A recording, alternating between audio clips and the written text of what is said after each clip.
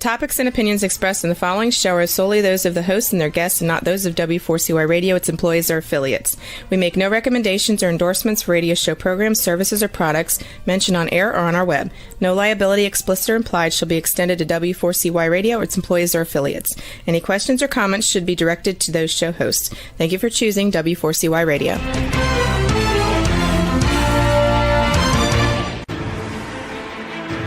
What's working on purpose anyway? Each week, we ponder the answer to this question. People ache for meaning and purpose at work, to contribute their talents passionately and know their lives really matter. They crave being part of an organization that inspires them and helps them grow into realizing their highest potential. Business can be such a force for good in the world, elevating humanity. In our program, we provide guidance and inspiration to help usher in this world we all want, working on purpose. Now, here's your host, Dr. Elise Cortez.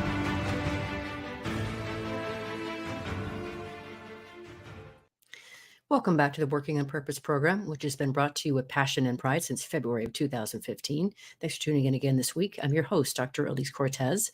If we've not met before and you don't know me, I am a management consultant, organizational logotherapist, speaker, and author. My team and I at Gusto Now help companies to enliven and fortify their operations by articulating purpose and building inspirational leaders and cultures activated by meaning and purpose to turn those companies from a flatline EKG to a vibrant destination workplace. There, people are intrinsically motivated to perform at their best, can grow into their fuller potential, and are committed to stay and dynamically deliver on the company's mission. You can learn more about us and how we can work together at gusto-now.com or elisecortez.com. Now, getting into today's program, we have with us David Penglase, a behavioral scientist who works with top-tier corporations, helping leaders and their teams achieve success by applying evidence-based strategies and tips from the fields of applied positive psychology, professional ethics, and the science of intentional trust. He's the author of Intentionomics, The Impact of Your Intentions on Living a Happy, Flourishing, and Prosperous Life, and The Art and Science of Building Customer Trust, How to Fast-Track Trust and Earn New, Repeat, and Referral Business. Today, we're talking about his latest book, Living in the Light of Day, How to Avoid the Success Trap, Strive to be at your best, and to live a more meaningful, flourishing, and prosperous life. He's here today from Sydney, Australia. David, welcome to Working on Purpose. Wonderful to be here, Elise. It's terrific to have you, my friend, and I want to celebrate this beautiful thing that you brought into the world. Look at this. Isn't it gorgeous? I see it sitting behind you on your shelf, but my commendations. Lovely work. Thank you so much. It's been a long time coming, and it's really a lot of life work for me. So I'm glad you found some good in it. I did, and I really want to celebrate it, David. You know, because of this program, I meet amazing people I wouldn't otherwise have any business meeting like yourself, and your words and your work continue to elevate me and lift me. And I think the message in your book is, boy, is this the right time for that message? I think so. So I want to start, if we can, with the whole promise of your book and maybe also the premise of your book. But I'll read what you have here, and I just think this perfectly situates the conversation that I want to have with you today. But you say, what if we lived in a world where intentional deception did not exist? What if we lived in a world where people's choices and actions were based on what is moral, just, legal, fair, and transparent? While I realize that it is almost, if not impossible, there is a way for you, me, and others to make better and more intentional choices and actions. What impact might have on our overall sense of life satisfaction and success in our professional and personal lives? I think that is so powerful. What if we lived in the full light of day and acted accordingly? How would our worlds be different? Yeah, it'd be something worthwhile, even just to ponder that for a moment. You know, we've got so much noise, at least, going on in our worlds that our conscious minds get so cluttered that these moments of truth, these moments of choice that we have in our lives, where we have the opportunity, we each do really have, well, most of us have the opportunity to take a moment and really think deeply about the decisions that we're about to make or the actions we're about to take. And if we were really thinking about this idea of the light of day, so let's just touch on that for a moment. This is something that when I started researching, what does it mean to be able to make really good, ethical, moral, value-based decisions? This idea of if you were to make this decision or take this action, would you do that if everybody knew, if it was held up in the light of day for all of us to see? And what this does for me is just bring home, and we've seen so much of it when you mentioned just, is this the right time? Oh my goodness. We don't have to look very far, do we, to see people coming on camera on traditional or on social news media where they're apologizing. Yes. But what they're not doing is apologizing for what they did. They're actually apologizing in hindsight that they've got caught. That's right. And Knowingly decepting, for knowing deception. Yes. Mm-hmm. Yes. So as I've written in the book, there's a big difference between a genuine, unintentional mistake. None of us is perfect. We all make mistakes. I know I have. Some of them have been, have serious consequences. We're all human. But when we knowingly choose to intentionally deceive someone in our either professional or in our personal lives, that choice, if it's been made based on, I hope I don't get caught, we deserve everything we get. Right. And haven't we seen that come back to roost for so many celebrities, politicians, businesses, business owners, and just people in general? Yeah, so what I also appreciate about your work is you've written a book that doesn't just talk about, hey, we should all really behave ourselves better so that we can live in a better world. What I really appreciate about your book, David, from my vantage point, is you situated that as a possibility that's lovely to live into. And then, though, you teach us how to actually do that. And that's what I think is so great about your book is, you're putting forth this great promise, but then you're teaching us skills and behaviors that we can literally start putting into practice today to live this. A lot of this is about, and even though it's all steeped in science, everything's based on evidence-based research, as you would now know. The problem that we have with this, and it's a problem that I've struggled with in my work in the corporate world, but beyond that as well, is the simplicity of choice, intentional choice. Yeah.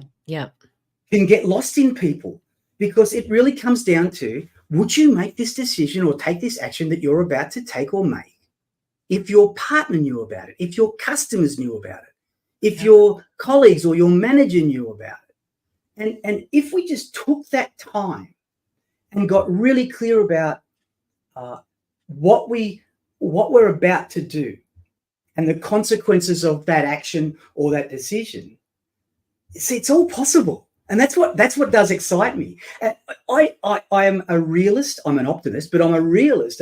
My capacity to change the world is pretty limited. However, each of us individually, if we just did let me just share this with you. Lizzie, my wife, we've just had our 39th wedding anniversary. Awesome. We've got two sons, Maddie and Anthony. And from the time that they were able to leave our house, one of the bits of advice that we would give them was, hey, sons. Yeah, thank you. Hey, make sons, good decisions, right? Oh, you're good at this, Elise. I read your book, darling. You are so good at this. And what was beautiful was when they got to teenagers and they started bringing their friends home to us, as they would all leave as a bunch, not Matthew or Anthony, my sons, but one or two of the other guys, they turn around, hey, Mr. and Mrs. P, we're going to make good decisions. now I can tell you, Elise, they didn't always, as none of us did at that age too. But they got the message, and this is really the heart of this book. It's not an evangelistic book. It's not a moral sledgehammer book. It's a book simply to say we've got the opportunity here, and what a difference we can make, at least in our own world. Because what we know from the science is when we do make better intentional decisions that make the world better for those around us, not only is it good for us and good for the other people, it's good for the community within which whether we work or we interact in. This is the true ripple effect that we can have as human beings. It sounds it sounds out there woo-woo, but it's not. It's all based in science. Not for me, young man, not for me, because now we're stepping into the whole space that I love, and that's called mattering, right? We all want to matter. So you're giving us a way to amplify our way to matter. That's the way I see it. Yeah, when I read about you and got introduced to you, at least one of the first things that I loved was this concept of mattering. Wow, that's a really because what we know, and pre-COVID and post-COVID, what we know is that each of us had opportunity, especially through COVID, to start to think about what does really matter in our lives. And so it's a great time for us to take a breath and to become more intentional. And I'm thinking we'll explore what we mean by that when you're ready to do that. Indeed, we will. But before we do, I want to set something up that I think is really important for our listeners, and it's really central in the title of your book, and that's this thing called a success trap. And I think it's important that we talk about what that is and why that becomes problematic, especially when it comes to living in the light of day. Yeah, this is something that I've been really aware of for most of my adult life, that the world, for whatever reason, my hunch is that it's driven by marketing and advertising, but it's set us up to believe that we need to have more, want more, be more, do more, and that we judge ourselves and our own mattering, if you like, our own sense of self-worth. We judge ourselves based on others, and that's the real success trap. So, but it's more than just social comparison, although that's a big part of it. The success trap is when we base our belief about how successful we are in life by whatever definition we have of that, but that definition is being based on what others either define success as or expect of us. And the trap in that is that if we get caught up in, for me to be successful, I've got to climb the corporate ladder. For me to be successful, I've got to earn this amount of money. For me to be successful, I have to live in this type of house, in this type of neighborhood, with this kind of car, with these labeled clothes, with all of the best words and gangs and all the things that we need to have. I just said words and gangs. I have no idea what that meant. But what I meant was the things that go, Bing and all the electrics and stuff. And if we want all of that and we get lost in this wanting, then we lose our way as to what really matters in our life. And Lizzie and I, we made this decision really early in our piece when we first got married. And we asked ourselves this question. And I've been challenged on this by so many people. But here we are, 39 years later, very, very happy. And the thing that we asked ourselves was, how much was enough? Yeah. Because I'm not saying success is bad, because it isn't. I am successful in my definition. And it doesn't matter what that definition means to anybody else. I'm really clear on that. But I've been caught up in this success trap and was able to pull myself out of it. And Lizzie and I, we live a good life. So what I'm not saying is don't be successful, but be successful based on your definition, not on what others expect of you and what the marketers drive this world to, in the consumerism driven world that we're in, that we actually don't need to continually upgrade all the time. Don't get me wrong, I've got good stuff, but it's at the right time for the right reasons, right? And it's never to keep up with the Joneses. Yeah, and then whoever they are. Yeah, whoever those people are. So the other thing that I want to call out for our listeners and viewers, because this is something we do talk about in this program here. What I appreciate about what you distinguish in your book is what's the downside of a success trap. You say that success traps in the workplace settings cause people to avoid acknowledging unfair or unethical behavior, and they also create toxic work cultures. So that's where you get so dialed into, I want this thing that I'm going to overlook. I just saw the CEO extort somebody, but I'm not going to say anything because I'm riding a good train here. That's why one of the reasons success traps are so scary and fraught with difficulty. So if you could speak just a little bit to the downside to that piece of it. the pressure that's put on people when they've bought into the success trap, that it becomes a herd mentality. And we've seen this. You and I and all of the listeners and viewers have seen this happen. A good example that I actually do talk about in the book is this whole Wolf of Wall Street concept, where I don't mention the name on audio or camera, but you know, people will know who I'm talking about. But here's the thing that worried me about when someone embezzles people out of their money, when they con them or whatever, that there were so many people that knew what was going on, right, and they let it just happen, right, and kind of think, well, I was just doing my job. Well, we don't need to go down to ethical teaching here, but you know, washing your hands of your moral duty doesn't make this world a better place. But here's the issue with this in the workplace, especially when we collectively, from the CEO and all the way down in the board, when we collectively continually ask ourselves, is this the right thing? Not will we be caught? Then it's got to be better for not just the business, but for the customers, the stakeholders. Because back in 2019, over here in Australia, we had a lot of royal commissions into banking and finance and superannuation, all these kinds of things.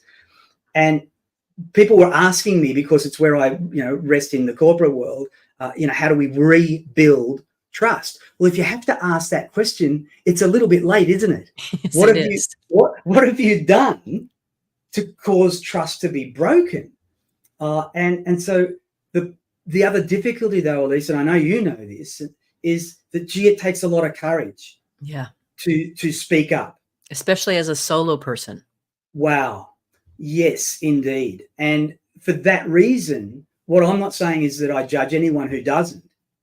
But we need to create workplaces where people feel safe enough when something is awry in whatever way it is, to at least get curious about it and to ask ourselves, not are we doing the right or wrong thing, although that's a great place to start. If we do this or we continue to do this, what consequences are we creating for others? So we become so insulated, either thinking about our own role or our own self as a leader or our own team or our own division or our own organization, that we forget everything that we do in one way or another will impact other people. Yeah. And if we take it away from ourselves and think, how do we create the world a bit better for other people, knowing that the science proves to us that doing good for others means good comes back to us, that whole reciprocity thing. Mm-hmm. It's such a simple notion, but it comes down to this moment of truth, this moment of choice. Will I make the right decision? Mm-hmm. On that note, let's grab our first break and let our listeners and viewers just chew on that a little bit. I'm your host, Dr. Elise Cortez. We've been on the air with David Penglase. He's a behavioral scientist who works with top-tier corporations, helping leaders and their teams to achieve success by applying evidence-based strategies and tips from the fields of applied positive psychology, professional ethics, and the science of intentional trust. We've been getting into the importance of what's under his book. After this next break, we're going to get into just how we can work with intention. Stay with us. We'll be right back.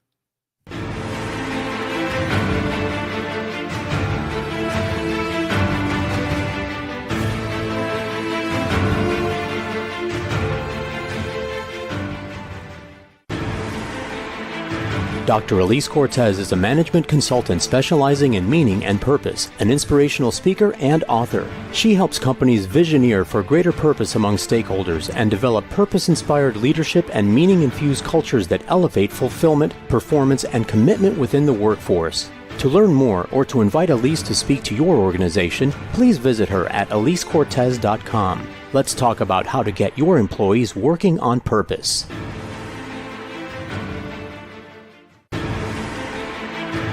This is Working on Purpose with Dr. Elise Cortez. To reach our program today or to open a conversation with Elise, send an email to Elise, A-L-I-S-E, at elisecortez.com. Now, back to Working on Purpose.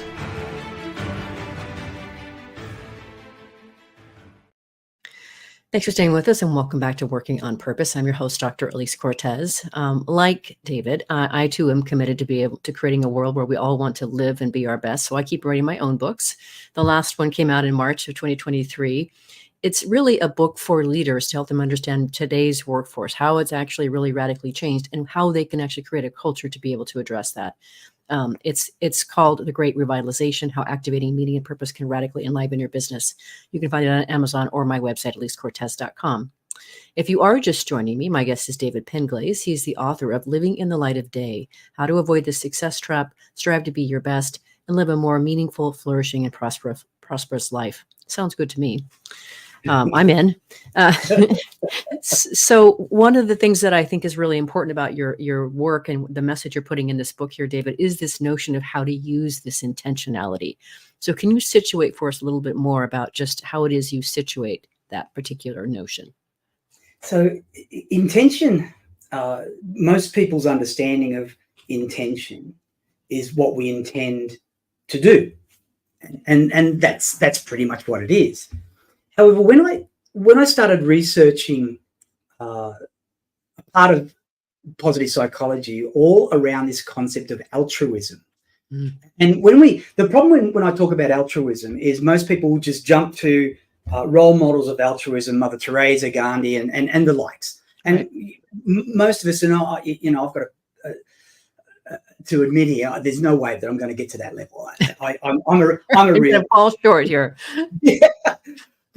But as I was researching this concept of altruism, intention became such a powerful part of my research. There was a book written back in the 50s by Elizabeth Anscombe, and it was called Intention, the toughest book I've ever read in my life. It's a philosophical treatise, and it was really tough. But it was the biggest work since Aristotle around this concept of intention. And one of the things that she said in this book back in the 50s was whenever we think about intention, we have to have a concept of why. Yeah. Why are we doing what we do? Now, we can fast forward to the modern day, and of course, Simon Sinek's made that whole concept quite, world-renowned. We need to think about, why we do what we do. However, intention is more than just understanding why we're going to do it.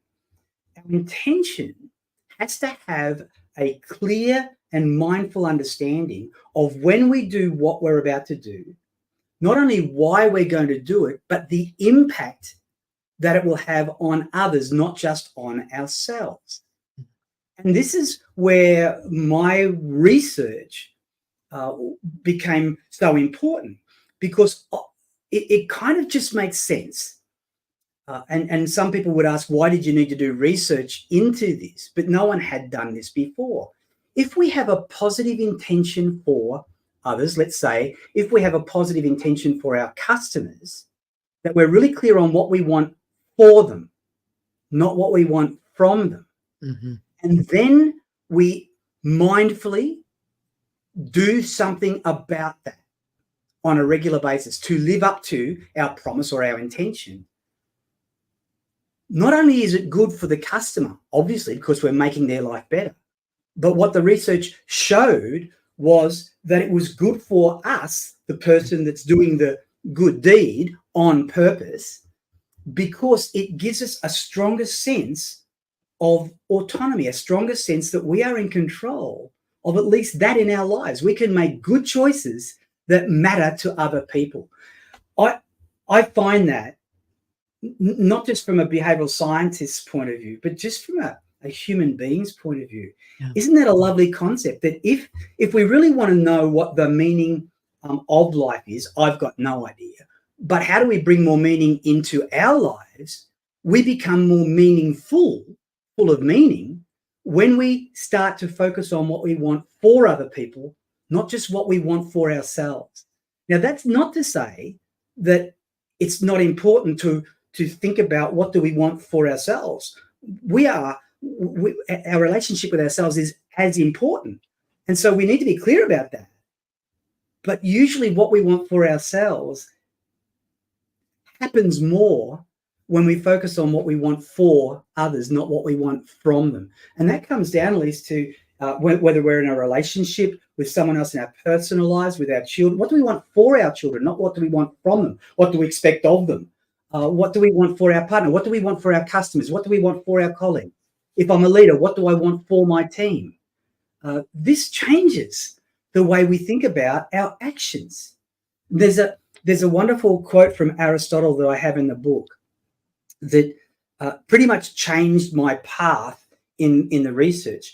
And the quote was, we are the sum of our actions, therefore our habits make all the difference.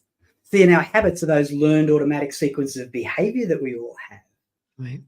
And if we inspect, and we don't do enough of this in our lives, reflect back at the end of every week. So what do we do? And if we did that a little bit more, there's so many lessons to look at. Well, was I just acting in habit? Was I just going through the motions? Or was I more intentional more often?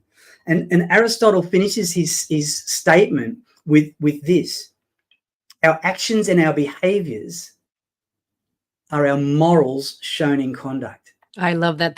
That quote stood out for me as well, for the same reason. Yeah. Everything we say, everything we do sends loud and clear messages to the world about who we are and what we represent. And we can change the word morals in that. Our actions and our behaviors are our morals shown in conduct. We can change that to our values shown in conduct. And I would recommend to any leader listening in today that what a wonderful thing to be able to table in your next team meeting, that our actions and our behaviors are our corporate values shown in action. Everything so great. we're doing. Yeah, thank you. Oh, I'd like to claim it, but it was Aristotle's. Well, you can share a little bit of stage with him anyway. Yeah, indeed. Well, so this is that what you just rendered there, David, was so exquisite. Listeners and viewers, you're going to want to go back and replay that because there was so much in what he just gave us. Well, now what I want to do, David, is, and for our listeners and viewers, they know if they've been coming for a while that we both inspire and educate on this show. So I always like to give people something that they can literally walk away with and use. So what I want to do next is I want to have you walk through. There's 4 questions that you put in your book to help any of us decide if, in the light of the day, we ought to proceed with any decision or action. I think this is incredibly useful. So let's go through each one. I have them queued up here, but if you know them in order, I just want to have you just talk through briefly each one of them so they can get their arms around it and be able to use it when they get off this air. So of the 4, all of them rest on this one. Okay, so they're all just variations of them. So the light of day test, in the way that I ask it or use it in my life and in the corporate world consulting, is this. With this decision or this action, would I make it if it were held up in the light of day for all to see? So that's the base, if you like. Right, yes. Then we can start to play around with it and become more specific about with this decision I'm about to make or this action I'm about to take, will it promote me towards being a better person? Will it help other people? Will it make the world a better place? Now, these aren't exactly what I've written in the book, but I just like to vary them because I don't want people to think these are the only questions that I need to make. Will this action or this decision I'm about to make, will the consequences determine, will they lay well with other people? So start with the base. What I would recommend to the listeners and viewers is this, that once you get clear that it's getting back to Aristotle, that it's your actions and your behaviors shown in conduct, in other words, what we do, then we need to be asking ourselves, with this decision or this action or this behavior that I'm about to do, is it moving me towards being my best self? Is it helping other people? Will it help us achieve the goal that we're trying to achieve, knowing that there will always be consequences, and are we aware of what they are? So it's starting, Elise, with this base concept of living in the light of day. If people knew about it, is it a good decision? Am I going to be proud of it? Will it make me a better person? So they're the variations, Elise, of that one core light of day test, if you like.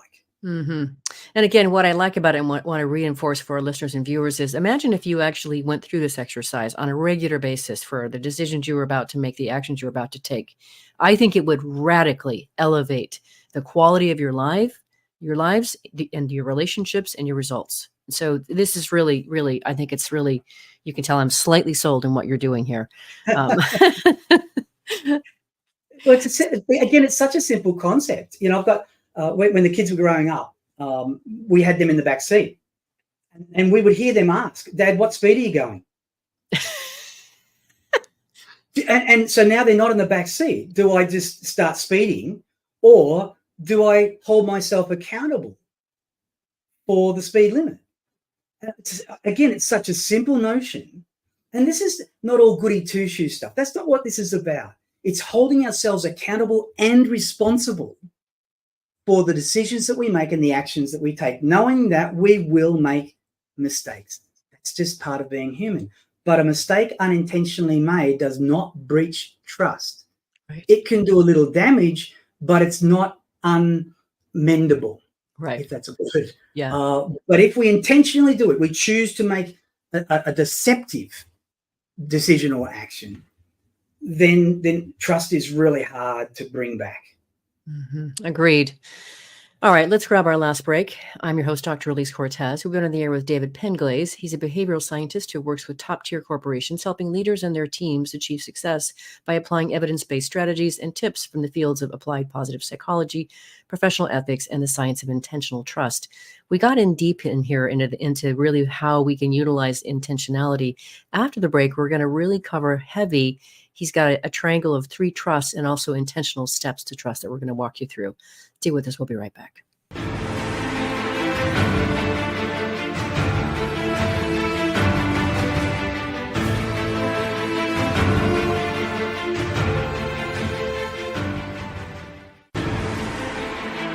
Dr. Elise Cortez is a management consultant specializing in meaning and purpose, an inspirational speaker and author. She helps companies visioneer for greater purpose among stakeholders and develop purpose-inspired leadership and meaning-infused cultures that elevate fulfillment, performance, and commitment within the workforce. To learn more or to invite Elise to speak to your organization, please visit her at elisecortez.com. Let's talk about how to get your employees working on purpose.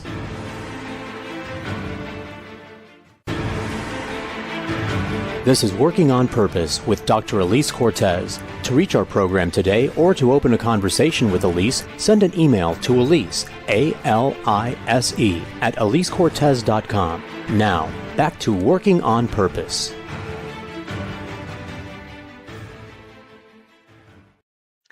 Thanks for staying with us and welcome back to Working on Purpose. I'm your host, Dr. Elise Cortez. One other piece of news that I want to share with you. I've stumbled on this fantastic conference that I'll be attending thanks to hearing about it from Paul Skinner, who's been on this program a couple of times in London, and Dominic Courage. So it's called Humanitarian Exchange. It's February 20th next year. You can attend in person or live. It's in London.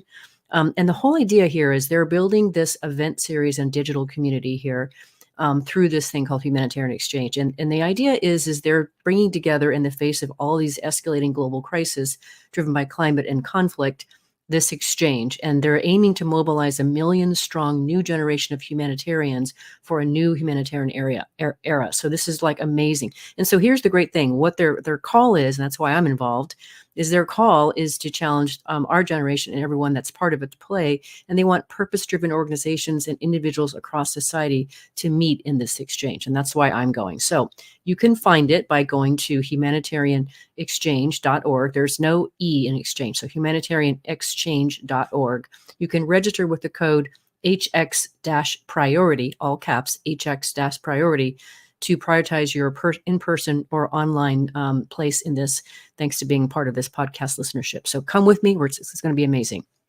If you are just joining us today, my guest is David Penglase. He is the author of Living in the Light of Day, How to Avoid the Success Trap, Strive to Be Your Best, and Live a More Meaningful, Flourishing, and Prosperous Life, which is amazing. I read it, of course, cover to cover. So now, David, we've covered intentionality really here quite well. I think I want to move on to trust. And you have this really amazing, I love the way you use models in your book, by the way. But the triangle of 3 trusts, let's talk about that next. So trust And I do use models, and one of the reasons is that to break big concepts down, it just makes it easier for us Absolutely. to understand, learn, and so this model, if you can think about it, it's an inverted triangle, and it's inverted triangle for a reason. That there's the pointy end is on the bottom, and the fatter end, if you like, is on the top. And that the pointy end, if we don't get it right, and the pointy end is our self-trust. And so I break trust down into 3 lenses. And so the first lens is this self-trust, and it's the pointy end of this inverted triangle. Because if you think about the triangle, if self-trust isn't right, everything else starts to waver. And so with self-trust, there's a number of things, and way too much for us to go into this today. But self-trust, one way to look at this is that it's the confidence that we have in who we are, what we are, and why we are. But it's also the sense of control that we have, our self-control. And this is where the idea of holding ourselves accountable for our actions and our behaviors becomes so important. So self-trust. But again, most of us would admit that we're human and we will make mistakes. And self-trust is about and I ask this of audiences, do you trust yourself? And everybody puts their hand up and say, well, of course we do. But then most people will also readily say, yes, but I know that I've let myself down on occasion. I've either not had that conversation, I haven't done the exercise that I needed to do. Maybe I drank that extra glass of wine or bottle that I shouldn't have done, or whatever. So we're all human. But that sense of self-trust pulls everything else together. And the next lens, which sits above that, is our propensity to trust in other people. Yeah. And this takes courage. Now, when we think of courage, we often think of, save the world type of courage, but that's not what I'm talking about here. It's the courage to know that when I do place my trust in someone, there's a risk attached to that. And there could be a range of risks. And what I see a lot of people do is that they choose not to trust other people, that they just do it themselves, especially in the corporate world. Oh, yeah. And what we see, and at least you would have seen this, that they take more and more on themselves because they can do it quicker, they can do it better, so they don't trust other people. And then that person becomes overwhelmed because they're time poor and they get exhausted. And that's when, we have all the problems with mental illness and stress and anxiety. And so we need to trust other people. But the key here is to hold other people accountable for our trust. So if we're going to trust somebody, don't just trust them to get to the end of the time that we allocated for them to do something for us. Check in and say, hey, is there anything I can be doing to help you? We're not micromanaging them, but we just want to know, is there anything, how you're traveling with our deadline that hold people accountable for your trust. But it's not just the courage, it's this concept of a sense of collaboration as well. And again, at least I know you've seen this inside of organizations. I see it all the time. We talk about collaboration, but what's really going on is competition. We compete against peers, we compete against our colleagues, we compete against other teams, we compete for budget, that's not collaboration. Right. And we need both of those to help us with our propensity to trust. The third lens sits above that, which is really what we've been talking a lot about today, and that is our trustworthiness. Mm-hmm. And that's the combined character, competency, and consistency that we require, and this is the lens, to earn others' trust. See, I can be a person of good character, but if I don't have the competence to do what's required of this person who is expecting me to do something for them, they won't trust me. But the flip of that is the same as well, isn't it? So I can have all the competency, the skills, the knowledge, the resources, the products, the services. But if my character, the way that I do things is a little out of sync with the values or expectation of the other person, they won't trust us. And then the third element of that, so we've got character and competency, is the consistency within which we live our lives and demonstrate our actions and our behaviors around our character and our competence. Mm. So you'll know people, I know that they are inconsistent in the way, especially under stress or difficult times, they're inconsistent with their emotions, they're inconsistent with the delivery of their competencies, they're inconsistent with their character. And so we need all of these three lenses. And again, for the leaders listening in here today, I would really recommend that you talk about trust in those three lenses: self-trust, trusting others, and earning others' trust. And it becomes more workable than just say, we've got to build an environment of trust. Okay, so listeners and viewers, let me do something to help you bake this in, because David once again just delivered the goods here. So now you have a framework that you can now use if somebody's on your team and you can't quite figure out why you don't trust them. Why won't you give them those assignments? Well, now he's just given you a framework that you can actually have a conversation with this person to help them better understand what's actually missing, why you can't trust them. That is gold, David. Thank you for that. You're welcome. Now, I do have sometimes a tendency to show up on my guest doorsteps and then sometimes go wine tasting. So just so you know, it could happen. Excellent. And I too like the red wine too. I saw that in your book. Okay, so let's talk a little bit about your intentional steps to trust. You've got 5 of them, and I think it bears us being able to kind of introduce them. Yeah, so remember back to my favorite quote of Aristotle, who said, our actions and our behaviors are our morals shown in conduct. When I read that, it was just after the birth of our second son, Anthony. And it leaped off the page: our actions and our behaviors are our morals shown in conduct. And that's where my path around this exploration of intention and our actions fell into play. And so my language around that is this: people will get your truth. That over time, your intentions, your promises, your actions, and your results will either promote you as being trustworthy or expose you as not. Right. And so as I started to use that more and more, again, in the corporate world, what I realized was there was a model here. I was talking about the steps that elevate us towards trust. And so the first step in the steps to trust, intentional trust, is this concept of intention. And this, again, is being really clear about what do we want for others. Yeah. So again, for the leaders listening in, these steps allow you to start to look at how you go about doing your work and whether you're doing it well. And so we start with intention. What do we want for our customers? What do we want for our colleagues? What do we want for whoever the other person is? Once we're clear on that, the next step in the intentional steps to trust are our promises, the promises that we make. Now, in the corporate world, we probably don't use the word promises much, but we do use the word commitments. Yes. It's the same thing, sort of. But what we need to be clear of is not just what we can promise other people. We need to be really clear about what we cannot promise other people and to express that to them clearly. In the world of finance, financial advisors who don't let their clients know, I can't promise you a positive return every month of the year. If they don't explicitly say that, then the client, the investor, may assume that they can. Right. And then get really upset when the markets do what the markets do. So we need to be clear about not just what we can promise, but what we cannot promise. Mm-hmm. And then that obviously opens up the old adage of, promise what you can deliver and deliver on your promises. So that brings in our next step, which is intentional actions. So our intentional actions is being clear about how we're going to go about and what we're going to do to live up to our promises that are based on a clear intention to make life better for other people.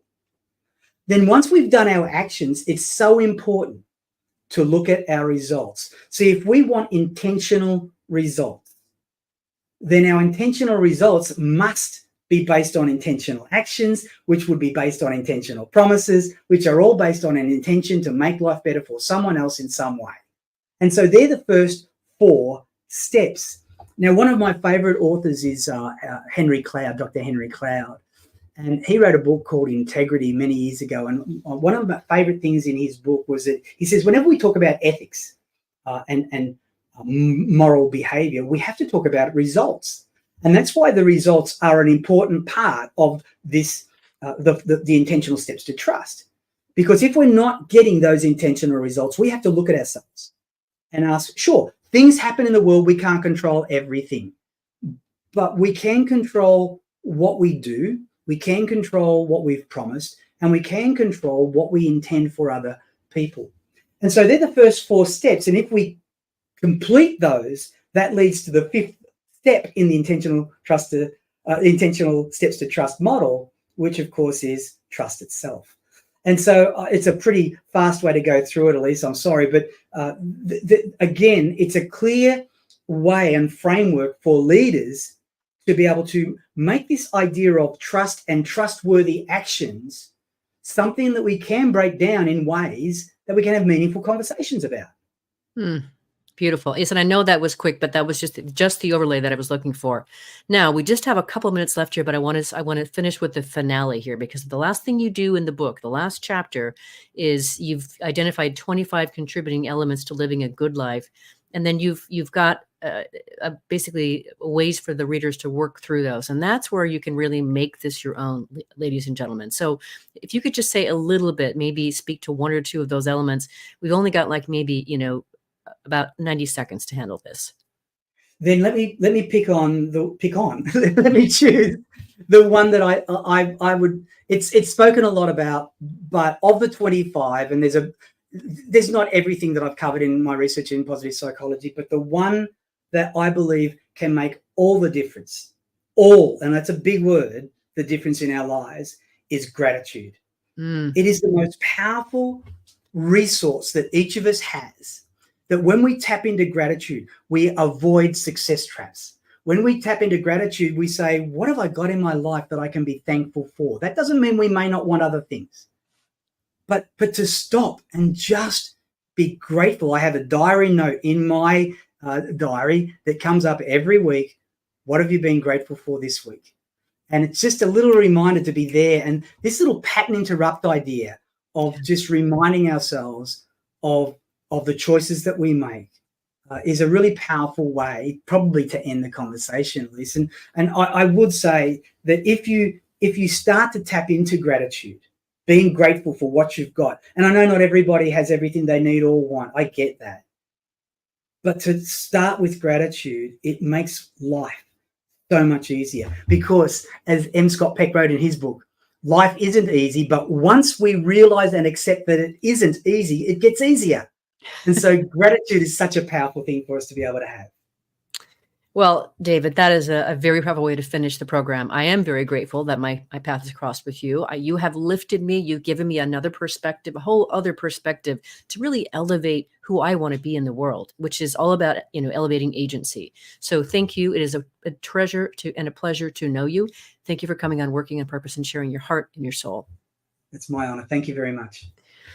So listeners and viewers, if you want to learn more about this amazing man, David Penglase, his work or his various books, you can start by visiting his website, which is davidpenglase.com. Let me spell that for you. So David, D-A-V-I-D, Penglase, P-E-N-G-L-A-S-E, davidpenglase.com.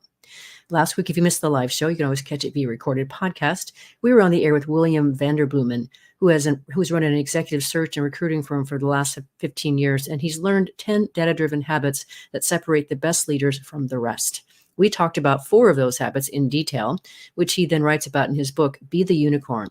Next week, we'll be on the air with Dr. Ranjay Gulati, talking about his ideas and research in helping companies to deeply operationalize purpose throughout their company to achieve new game level results. See you there. And remember, work is one of the best adventures and means of realizing our potential we have and making the impact we crave. So let's work on purpose.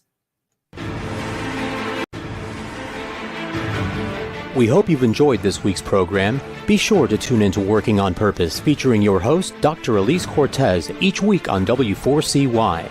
Together, we'll create a world where business operates conscientiously, leadership inspires impassioned performance, and employees are fulfilled in work that provides the meaning and purpose they crave. See you there. Let's work on purpose.